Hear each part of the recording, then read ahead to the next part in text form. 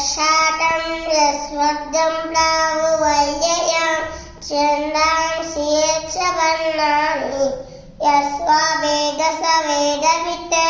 अतस्तोत्रं प्रसुता सस्यशाखा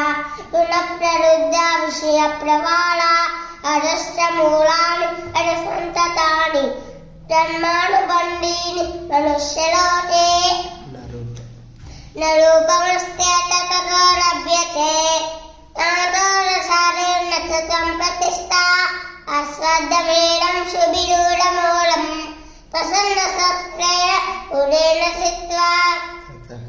तत्परं तत्कर्माकृतोऽयं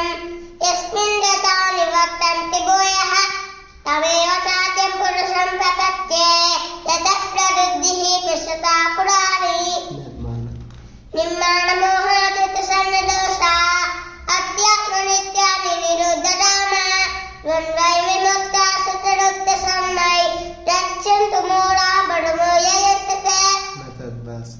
न तद्वासयते सूर्यो न शशाङ्कणपामतः यत्तत्त्वा न निवर्तन्ते दद्धामा परमं मम ममैवांशो जीवलोके जीवद्भूतसनातनः मनस्सस्तानीन्द्रियाणि प्रकृतिस्थानि पश्यति शरीरं यद्वाप्नोति यच्छादृष्टमनीश्वरः जुट्लीरहितानि संयाति आयुर्गन्धानि निवासयात् स्तोत्रं शस्यनं च रसनं प्राणमेव च अरिष्टाय मनस्काय विषयानुपसेवते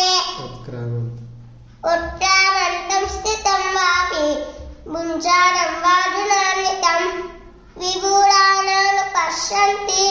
पश्यन्ति यानुचक्षुषः।